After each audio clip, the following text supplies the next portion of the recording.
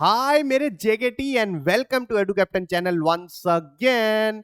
तो भैया I am aware of the fact कि भैया कहीं बच्चों का जो है एकेडमिक सेशन 24-25 स्टार्ट हो चुका है क्लास 12th का। और कईयों का तो भाई मतलब 10-15 दिन हो गए, कहीं तो उसके ज्यादा ही हो चुके हैं, कईयों का तो मार्च में स्टार्ट हो जाता है। बट मुझे ये भी पता है आप लोगों की स्कूल की, आप लोगों की ट्यूशन की पढ़ाइयां तो स्टार्ट हो गई है, लेकिन आप लोगों की पढ़ाई अभी भी स्टार्ट होना बाकी है। तो टेंशन नॉट, फिकर नॉट, आपके अपने वैभव भैया लेकर आ चुके हैं आप लोगों के लिए 2024-2025 की स्ट्रेटेजी फॉर अकाउंटेंसी की, कैसे हमें आगे प्रोसीड करना चाहिए और हमारी प्रेपरेशन को टॉप नॉच कैसे बनाना चाहिए। लेकिन लेकिन लेकिन उससे पहले एक बहुत इंपॉर्टेंट पॉइंट भैया, ये जो साल है ना, ये हर बारी बोलता ना यार बच्चा कि हमारे साथ ही क्यों एक्सपेरिमेंट करते हैं ये सीबीएसई वाले, तो भैया आपके साथ भी एक्सपेरिमेंट इन्होंने कर दिया है। जो न्यू एजुकेशन पॉलिसी 2020 में इन्होंने निकाली थी, उसके अकॉर्डिंग इन्होंने डिसाइड करा है कि 24-25 वाला जो सेशन होगा उसमें हमारे कॉम्पिटेंसी बेस्ड क्वेश्चंस की वेटेज बढ़ा देंगे। अच्छा, what do you mean by competency based questions? Competency based questions की जो वेटेज है वो 40 से 50% बढ़ा दी गई है। पिछले साल तक 40% आती थी, अब 50% कर दिया। That means MCQs, case study based, reasoning based, ठीक है जी, सिचुएशन बेस्ड, सो दैट आप लोगों को प्रैक्टिकल नॉलेज ज्यादा मिले। ठीक है जी, सो दैट वो जो रट्टाफिकेशन वाला जो हमारा एजुकेशन सिस्टम चलता आ रहा था उसको थोड़ा सा डाइल्यूट करके जो है प्रैक्टिकल इनसाइट बच्चों को दे सके कि कैसे आप ये पर्टिकुलर कंसेप्ट्स आपके अपनी पढ़ाई में लगा सकते हैं। लेकिन एक एक एक खुशी की बात यह है कि एमसीक्यू की वेटेज अभी भी उतनी ही है, उतने ही 20 नंबर के ही आपके एमसीक्यू आने वाले हैं, तो उसकी टेंशन मत लेना। आई एम अवेयर कि भैया बच्चों को एमसीक्यू में बहुत प्रॉब्लम होती है, तो उन्होंने एमसीक्यू को तो सेम रखा है, लेकिन ये जो आपके सीधा सीधा डायरेक्ट क्वेश्चन जो आते थे ना, शॉर्ट और लॉन्ग आंसर वाले, उनकी वेटेज जो है 40 से 30% कर दी है। और जो आपके कॉम्पिटेंसी बेस्ड क्वेश्चन है उनकी वेटेज 40 टू 50% कर दी है।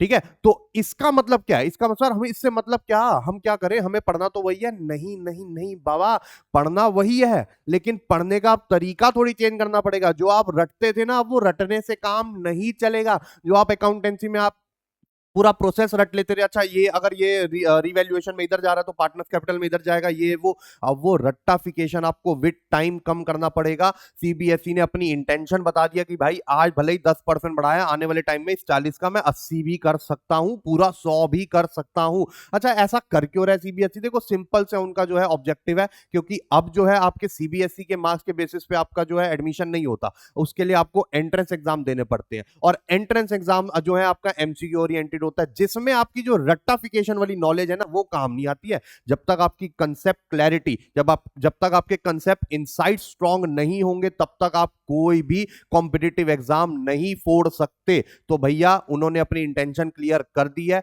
आप लोग भी अपनी इंटेंशन जो है आप साफ रखो, अच्छी रखो, अच्छे से पढ़ो। ठीक है, जल्दी से हम चलते हैं हमारी स्ट्रेटेजी की तरफ। ठीक है, तो हमारी स्ट्रेटेजी देखो कुछ इस तरीके से, हमारा अकाउंटेंसी का सिलेबस आपके सामने है और ये हर बारी की तरह सेम ही है, कुछ चेंज इन्होंने नहीं किया है। अब एक चीज मैं यहां पर आप लोगों को बताना चाहूंगा, जो एवरी ईयर बच्चा गलती करता है ना, शुरू से ना वो सीरियस होके नहीं पढ़ता भाई, शुरू से सीरियस होके नहीं पढ़ता। ये मैं आप लोगों को दावा देता हूं। अगर आपने, देखो मैं आप लोगों को जेकेटी बोलता हूं, जेकेटी का मतलब क्या होता है? जिगर के टुकड़े। आप लोग मेरे जिगर के टुकड़े हो। मैंने वो एसआरसीसी देखा है, मैंने देखा एसआरसीसी की लाइफ कैसे होती है, मैंने देखा एसआरसीसी ने मेरी लाइफ कैसे बदली है। तो मैं यही चीज बच्चों को समझाता हूं कि भाई डे वन से सीरियस हो जाओ पढ़ाई के लिए। और सीरियस होने का मतलब, पढ़ाई का मतलब ये नहीं है कि पूरा दिन रात पढ़ते ही रहो, पूरा दिन रात किताबों के आगे ही रहो, नहीं। आप लोगों ने बस अपनी क्लासेस ढंग से देखनी है, जो मैं आपको करवाऊंगा वो अच्छे से समझना है, और जो मैं आपको मटेरियल प्रोवाइड करवाऊंगा वो अच्छे से फॉलो करना है। अब बात ये आती है कि सर ये मटेरियल वेरियल कहां होगा? क्लासेस तो चलो समझ में आती है, मटेरियल के लिए आपको कुछ भी नहीं करना। आप लोगों का ये जो अकाउंट्स एंड इको की महफिल नाम का जो टेलीग्राम चैनल है, ठीक है जी, ये लास्ट ईयर बनाया था, बच्चों का बहुत अच्छा रिस्पांस आया, बच्चों के अप्रिसिएशन वाले मैसेज आज भी आते हैं। तो आई वांट कि आप लोग भी इससे जुड़े। अकाउंट्स एंड इको की महफिल, जल्दी से इसको नोट डाउन कर लो, वीडियो खत्म होते ही आपने इसको फॉलो करना है, क्योंकि जितना भी मटेरियल है, जितनी भी अपडेट्स है, कोई नई चीजें आपको बतानी है, कोई बढ़िया चीज आपको बतानी है, कोई सैंपल पेपर प्रोवाइड करवाना है, कोई आपके डाउट्स मुझे अगर लेने हैं, तो वो सारे इसी टेलीग्राम चैनल पे आपको मिलेगा, और कुछ भी नहीं है। है। Don't ask me sir description में पीडीएफ प्रोवाइड करा दो, ये वो नहीं पॉसिबल भाई। इतनी सी चीज आप लोगों को कह रहा हूं कि ये टेलीग्राम चैनल ज्वाइन कर लो, ये ईजी हो जाता है, समझो ये बात को, ठीक है जी। चलो तो ये बात याद रखना, जितना भी मटेरियल है उस टेलीग्राम चैनल पे ही मिलने वाला है, उसके अलावा आप लोगों को कहीं नहीं मिलेगा, ठीक है। अब बात करते हैं हमारे सिलेबस की। तो यार देखो, पार्टनरशिप है, कंपनीज है और फाइनेंशियल स्टेटमेंट एनालिसिस है, 3 बुक्स हैं आपकी, पता है। और 3 बुक्स जब आपने ली होंगी अपने क्लास 12 की स्टार्टिंग में, तो आप डर गए होंगे, अरे यार 3 बुक्स कुछ भी नहीं है, कुछ भी नहीं है। हुआ बिल्कुल भी नहीं है, बहुत इजीली करवा दूंगा, मक्खन तरीके से हो जाएगा। बस इस बात का ध्यान रखना, डिसिप्लिन तरीके से फॉलो करते रहना। अगर आप यहाँ पर ध्यान से देखो, आपकी पार्टनरशिप जो है 36 मार्क्स की, और सबसे ज्यादा बच्चे यही गलती करते हैं, क्योंकि स्टार्टिंग में मेजरली जो है सारे पार्टनरशिप स्टार्ट कराते हैं, और पार्टनरशिप करवाते हैं स्टार्टिंग में, बच्चा स्टार्टिंग में सीरियस नहीं होता, तो फिर वो जो है ना इसमें लैग कर जाता है, और आपके 36 मार्क्स का ना वो बेड़ा कर गुड़ गोबर कर देता है। ये चीज आप लोग मत करना, डे 1 से जो है सीरियस रहिए। मैं बहुत जल्द आप लोगों के लिए क्लासेस लेकर आऊंगा, धीरे धीरे बहुत बहुत बढ़िया तरीके से जो है हम करेंगे, क्वेश्चंस भी कराऊंगा, कंसेप्ट भी समझाऊंगा। भाई 8-10 साल का एक्सपीरियंस है पढ़ाने का, भगवान की दुआ से काफी बच्चों का प्यार मिला है, काफी बच्चे अच्छी अच्छी जगह पे पहुंचे हैं, आज तक बच्चों से कनेक्टेड हूं, ऑनलाइन ऑफलाइन दोनों, ठीक है जी। तो बस मैं चाहता हूं कि मेरे इस हुजरे में बोलते हैं ना कि होर लोग बढ़ जाए, ठीक है। तो अब आप देख सकते हैं, देखो कंपनीज के लिए उसने कितने पीरियड लिखे हैं, 45, ठीक है, 30 और 20। अगर मैं इनको ऐड कर दूं, देखो 30 20 50, 50 और 45 कितना हो गया, 95। और पार्टनरशिप के लिए अकेले उसने कितने लिख दिए, 105। यहीं से हमें सीरियसनेस समझ जानी चाहिए कि भैया पार्टनरशिप, बाकी सारा एक तरफ और पार्टनरशिप एक तरफ, इकलौते जो इसमें 6 से 7 चैप्टर्स आते हैं वो भाई 36 मार्क्स के चैप्टर है, और बहुत इजी चैप्टर है, क्योंकि देखो वो फ्री फंड के मार्क्स हैं, क्योंकि आपस में रिलेटेड कंसेप्ट है, ठीक है। तो इसीलिए मैं आप लोगों को बोलूंगा सीरियस रहना, पार्टनरशिप पे बहुत ध्यान देना, जिसमें पार्टनरशिप में अगर हम आगे पढ़े, पार्टनरशिप में क्या क्या आ जाता है पार्टनर, चलो पहले हम ये कर लेते हैं, फिर हम इनका डिटेल डिस्क्रिप्शन जानेंगे। अकाउंटिंग फॉर कंपनीज की बात करें तो वो 24 मार्क्स की आती है, जिसमें आपके 2 चैप्टर, मात्र 2 चैप्टर आते हैं, इसमें आपके 6 से 7, डिपेंडिंग आप कौन सी बुक फॉलो करते हो। कई बुक में उसको 6 बना दिया, गुडविल को अलग नहीं रखा हुआ, कई बुक्स में अलग रखा हुआ, तो गुडविल को टोटल 7 बन गए आपके, ठीक है। उसके बाद एनालिसिस ऑफ फाइनेंशियल स्टेटमेंट्स में आपके 4 चैप्टर आ जाते हैं, एंड कैश फ्लो स्टेटमेंट इकलौता एक चैप्टर है जो कि पूरा 8 नंबर का, और वो 4 चैप्टर मिला के 12 नंबर के। अगर हम इनकी डिटेल में जाएं कि भैया डिटेल, अच्छा बाकी तो आपको पता ही होगा कि आपका ये 11th में भी सेम ही करिकुलम फॉलो हुआ था, 80 मार्क्स का आपका थ्योरी पेपर, 20 मार्क्स का प्रैक्टिकल, जिसमें प्रोजेक्ट होगा और वाइवा होगा, and same is followed in class 12th also. अगर हम इनके डिटेल डिस्क्रिप्शन पे जाएं तो पार्टनरशिप में आपको क्या क्या पढ़ना है, पार्टनरशिप में सबसे पहले उसकी इंट्रोडक्शन, फीचर्स, बेसिक्स आपको सब पढ़ने हैं, ठीक है। प्रोविजंस क्या होते हैं इंडियन पार्टनरशिप एक्ट, ये सबसे पहला चैप्टर आपका जो कि हो जाएगा एफओपी, फंडामेंटल्स ऑफ पार्टनरशिप, ठीक है। यहां तक पूरा, यहां तक, कहां तक, यहां तक, ठीक है। उसके बाद आ जाता है आपका गुडविल। देखो फंडामेंटल्स ऑफ पार्टनरशिप, फंडामेंटल्स हैं, ये बेसिक्स है, इसके बिना तो आप आगे पार्टनरशिप में प्रोसीड ही नहीं कर सकते, तो इसीलिए इसको फंडामेंटल्स का नाम दिया गया, ठीक है। उसके बाद ये हो गया आपका गुडविल वाला चैप्टर। अब गुडविल वाला चैप्टर बहुत ही इजी, 1 से 2 क्लास में मैं इसको निपटा दूंगा, इतना इजी चैप्टर है, ठीक है। अच्छा इन नोट्स का ध्यान जरूर रखना, ठीक है, ये एवरी ईयर जो है नॉर्मली चेंज करते हैं, ठीक है। तो इन नोट्स का जरूर ध्यान रखना, जैसे इस बार उसने बोल दिया interest on partner loan treated as charge against profit, जो लास्ट ईयर भी उसने बोला था, ठीक है। उसके बाद हम चलते हैं आगे, हमारा आ जाता है चेंज इन पीएसआर। अब यहां से हमारा रिकॉन्स्टिट्यूशन स्टार्ट हो गया। रिकॉन्स्टिट्यूशन पूरी एक यूनिट होती है आपकी अकाउंटेंसी में, जो बहुत मतलब अगर आपके 36 नंबर के वो पूरी पार्टनरशिप आ रही है, रिकॉन्स्टिट्यूशन में जो आपके 4 चैप्टर आते हैं, change in PSR, admission, retirement और डेथ भी उसी में ही आ जाता है, तो ये चारों चैप्टर मिला के इकलौते जो है 24 से 26 नंबर के ये बनते हैं, ठीक है। तो इसमें आपका एग्जिस्टिंग पार्टनर्स की सैक्रिफाइसिंग रेशियो, गेनिंग रेशियो, अभी आपको कुछ आइडिया नहीं है इसके बारे में, ये सब मैं आप लोगों को पढ़ाऊंगा, टेंशन मत लेना, बहुत ही बढ़िया, बहुत ही डिटेल में अच्छे से पढ़ाऊंगा। बट ये है कि जो पीडीएफ्स प्रोवाइड कराता जाऊं ना, वो काम जरूर करते जाना, otherwise there will be of no use. Similarly admission of a partner में भी सेम चीजें, बैलेंस शीट बनाना सीखोगे, एक्यूमुलेटेड प्रॉफिट लॉसेस का ट्रीटमेंट, जब पार्टनर एडमिट होता है तो न्यू पीएसआर कैसे निकलती है, ये वो एक्सेट्रा, ठीक है। उसके अलावा आपका रिटायरमेंट एंड डेथ, यहां तक आपका रिकॉन्स्टिट्यूशन ही चल रहा है, यहां तक आपका रिकॉन्स्टिट्यूशन ही चल रहा है, ठीक है। तो इतनी सी बात ध्यान रखना, ये बहुत इंपॉर्टेंट है। उसके बाद जो आपका आखिरी चैप्टर आया था which is dissolution of partnership firm, जिसमें हम आखिरी, देखो स्टार्टिंग कहां से हुई पार्टनरशिप की, पार्टनरशिप बनती कैसे है, फिर बीच में क्या चेंजेस आते हैं, और लास्ट में खत्म कहाँ हो रहा है, पार्टनरशिप बंद कैसे होती है। तो ये पूरा सीक्वेंस में डाले हुए हैं उसने चैप्टर्स, ठीक है। कभी किसी बच्चे ने इस पॉइंट ऑफ व्यू से नहीं देखा होगा, लेकिन ये पूरे सीक्वेंस में उसने डाले हुए हैं, जिसमें हम ये सीखेंगे पार्टनरशिप बिजनेस बंद कैसे होता है, क्या क्या बंद होता है, और लास्ट में अकाउंट्स क्या बनते हैं, हिसाब कैसे क्लियर होते हैं सबके। उसके बाद जब हमारी पार्टनरशिप खत्म हो जाएगी, अच्छा इन चीजों का ध्यान रखना है, realise value of tangible asset is not given, it is considered as realise at book value, intangible asset को zero, and realisation expenses are borne by partner, clear indication should be given regarding the payment thereof. अब ये इस बारी जो है उन्होंने नया point add कर दिया है, तो जो हम डिसोल्यूशन जब हम करेंगे तो इस पॉइंट का ध्यान रखेंगे। ये फर्स्ट टाइम आया कि जब भी रियलाइजेशन एक्सपेंसेस अगर कोई पार्टनर बियर कर रहा हो तो उसकी क्लियर इंडिकेशन ऑफ पेमेंट दी होनी चाहिए, अदरवाइज हम यही मानेंगे कि फर्म ने पे करा है, ठीक है। उसके बाद अगर हम हमारी कंपनीज की तरफ चलें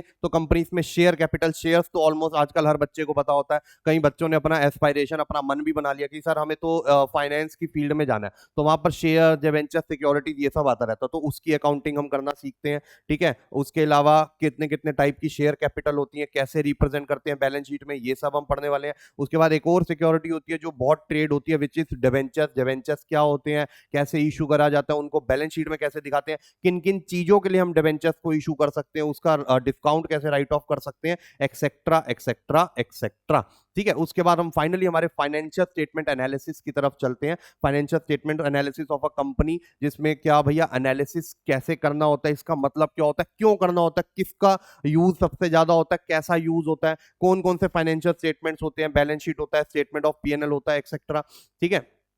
उसके बाद जो आपका फाइनेंशियल स्टेटमेंट एनालिसिस है, उसके लिमिटेशंस, उसके ऑब्जेक्टिव्स, उसके फायदे, tools of financial statement analysis, जिसमें कंपैरेटिव कॉमन साइज पढ़ेंगे, रेशियो एनालिसिस पढ़ेंगे, कैश फ्लो एनालिसिस पढ़ेंगे, अकाउंटिंग रेशियोज में हम मीनिंग, ऑब्जेक्टिव, एडवांटेजेस, ठीक है, कितने टाइप की रेशियोज आपकी होती हैं, वो सारा हमने पढ़ने वाले हैं, ठीक है। और रेशियोज में इस बारी कुछ ऐड नहीं हुआ, जो लास्ट ईयर थी वो ऑलमोस्ट सेम ही है। और लास्ट में फाइनली हम पढ़ेंगे हमारा कैश फ्लो स्टेटमेंट, जो जिस चैप्टर ने बच्चों की नींदें उड़ा दी थी, लिटरली ये वो चैप्टर है। बट कोई टेंशन की बात नहीं है, सबसे लास्ट में पढ़ने जाने वाला चैप्टर है और बहुत तगड़े लेवल पे पढ़ेंगे। अच्छा एक चीज मैं यहां पर आप लोगों को क्लियर कर दूं कि भैया आपके जो मेन मार्क्स है ना वो बोर्ड्स में आएंगे, ठीक है। देखो कई बार ऐसा होता है आपके स्कूल में कोई और चैप्टर चल रहा है, ट्यूशन में कोई और चैप्टर चल रहा है, और उस वजह से वो कंफ्लिक्ट ऑफ सिलेबस की वजह से ना बच्चे के मार्क्स नहीं आ पाते हैं पीटी में, यूटी में, हाफ ईयरली में। देखो हमारी पूरी कोशिश रहती है कि बच्चों को हम डिफरेंट डिफरेंट स्ट्रेटेजीज प्रोवाइड करवाएं, डिफरेंट डिफरेंट कंटेंट प्रोवाइड कराएं, सो दैट वो हर पेपर में जो है अच्छा स्कोर कर पाए।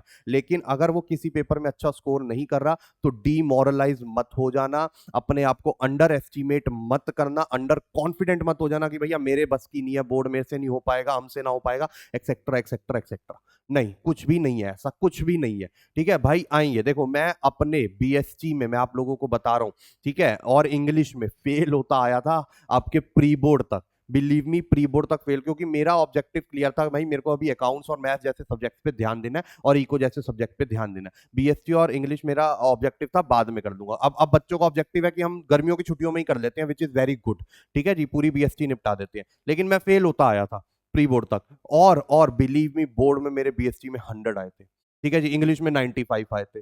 तो क्या मैं उस टाइम पे अगर अंडर एस्टिमेट कर लेता अपने आप को तो क्या मैं कभी भी इतना स्कोर कर पाता? नहीं। तो अपना अंडर एस्टिमेट मत होना, मेहनत करते चलो, मेहनत करते चलो, ठीक है। और this is the right time जब आपको स्टार्ट कर देना चाहिए। और साथ में देखो यार, अब क्या है ना, अब तो सिर्फ बोर्ड से काम तो चलेगा नहीं, अब आपको सीयूईटी भी अच्छे से करना है। उसके अलावा अगर आप आईपी मैट, जिप मैट, ठीक है, एनएमआईएमएस, इन पर्टिकुलर पेपर्स की तरफ देख रहे हो तो इनको भी अच्छे से प्रिपेयर करना है। अब जो अभी हम देख रहे हैं ना बच्चों को प्रॉब्लम फेस हो रही है, शुरू में तो सीरियस नहीं थे वो, लास्ट में जाके एकदम से सीरियस हो रहे हैं इन एंट्रेंस एग्जाम्स के लिए, और फिर उनको बहुत प्रॉब्लम आ रही है कि सर क्या पढ़े क्या ना पढ़े, इतना सारा पढ़ने को, हमें सोचा रहा बोर्ड के बाद रिलैक्स हो जाएंगे, ये तो और ज्यादा बर्डन डल गया, ये वो एक्सेट्रा। वो इसीलिए प्रॉब्लम आ रही क्योंकि उन्होंने टाइमली स्टार्ट नहीं किया था, ठीक है जी। कोई टेंशन की बात नहीं, एडू कैप्टन शुरू से आप लोगों के साथ है। एडू कैप्टन ने वेकर्स बैच आप लोगों के लिए निकाला हुआ है, जिसमें आप अपनी बोर्ड के साथ अपने एंट्रेंस एग्जाम्स की भी तैयारी स्टार्ट कर सकते हो। वो सीईटी हो, आईपी मैट हो, बीबीए, बीएमएस, या कोई भी आपका एंट्रेंस एग्जाम हो, उस सब की तैयारी आपको बोर्ड के साथ कैसे एकोमोडेट करनी चाहिए वो सब बताया जाता है, ठीक है। कैसे कैसे आपको क्लासेस देखनी चाहिए, प्रॉपर टाइम टेबल आपको दिया जाएगा, वो फॉलो करना होगा, मॉक्स होगा, मतलब ईच एंड एवरीथिंग होगी। और जिस जिस बच्चे ने टाइमली स्टार्ट करा है ना भाई, अपने एंट्रेंस एग्जाम की अलॉन्ग विद बोर्ड, क्योंकि ऐसा नहीं है कि मैनेज नहीं हो सकता, इट इज क्वाइट मैनेजेबल। कुछ अलग नहीं पढ़ना होता आपको, ऑलमोस्ट सेम पढ़ना होता है, बस नजरिया चेंज करना होता है, बस मॉक्स ज्यादा देने होते हैं एक्सेट्रा। और अब तो सीबीएसई ने भी कॉम्पिटेंसी बेस जो आपके क्वेश्चन है उनका परसेंटेज बढ़ा दिया है, तो वो तो और कंसेप्ट क्लैरिटी मांग रहा है आपसे। तो कंसेप्ट क्लैरिटी अगर आप बोर्ड्स में कर रहे हो तो वो यहां पर अप्लाई कर दो, आपका काम बन जाएगा, और कुछ भी नहीं करना। तो this is the right time where you can join wax batch of Edu Captain, और अपनी तैयारी जो है टाइमली स्टार्ट करो, और believe me at the end you will realise कि हमने सही डिसीजन लिया था। ठीक है जी। तो भैया ये हमारी स्ट्रेटेजी थी, बहुत ही बढ़िया तरीके से आप लोगों को करवाऊंगा, but do not forget to subscribe to accounts and eco की महफिल, क्योंकि जितना भी आप लोगों का जितने भी आप लोगों का पीडीएफ कंटेंट मिलने वाला है वो इसी पे मिलने वाला है। ठीक है। लास्ट में जाते जाते आप लोगों के लिए छोटी सी पोएम मैंने बनाई है। ठीक है जी। बस आप लोगों का थोड़ा सा टाइम चाहूंगा, 1-2 मिनट बस और। ठीक है। और अगर मजा आए, अगर ये पोएम सुन के मजा आए, तो भैया कमेंट में जरूर लिखना सर मजा आया, सर मजा आया, और बनाना सर, ऐसी हमें मोटिवेशन मिलती है। ध्यान से देखना, लेकर दिल में जीत की आस, खुद बनाइए भाई, खुद बनाइए, तुम्हारे भैया तुम्हारे सर। ठीक है जी। वैसे तो सर मत बोला करो, भैया बोला करो, वो एक इमोशनल फीलिंग कनेक्ट करता है। तुम्हारे भैया ने खुद बनाई है भाई, ये भी टैलेंट लेके घूमते हैं हम थोड़ा। तो लेकर दिल में जीत की आस, खोकर हम अपनी भूख और प्यास, लेकर दिल में जीत की आस, खोकर अपनी भूख और प्यास, मेहनत को अपना लक्ष्य बनाकर, लक्ष्य, मेहनत को लक्ष्य बनाना है, मेहनत को अपना लक्ष्य बनाकर करके दिखाएंगे कुछ हटके और कुछ खास। ठीक है जी। तो खोकर, लेकर दिल में जीत की आस, खोकर अपनी भूख और प्यास, मेहनत को अपना लक्ष्य बनाकर कर कर दिखाएंगे कुछ बढ़िया और कुछ खास। ना पा सके अगर मंजिल को तो दिल में नहीं होगा कोई मलाल, ना पा सके अगर अपनी मंजिल को तो दिल में नहीं होगा कोई मलाल, अंत में तो यही देखा जाएगा कि मेहनत करी थी हमने कमाल। ठीक है जी। अंत में तो यही देखा जाएगा कि मेहनत करी थी हमने कमाल, कुछ फर्क नहीं पड़ता कि जंग में जीतो या मरो, कुछ फर्क नहीं पड़ता कि जंग में जीतो या मरो, क्योंकि गीता में भी तो यही लिखा है, कर्म करो और फल की चिंता मत करो। तो बस यही मैं हर बारी बच्चों को बोलता हूं, अपना कर्म अपनी मेहनत करते जाओ, बाकी रिजल्ट की टेंशन ऊपर वाले पे छोड़ दो। ठीक है। तो बस इसी मोटिवेशन के साथ हम जल्दी हमारी क्लासेस स्टार्ट करेंगे। I am looking forward to see you all guys. ठीक है जी। I am looking forward to teach you all, I am looking forward to learn from you guys. ठीक है। और फिर मिलते हैं हम हमारी वीडियोस में, तब तक के लिए bye bye, take care and have fun.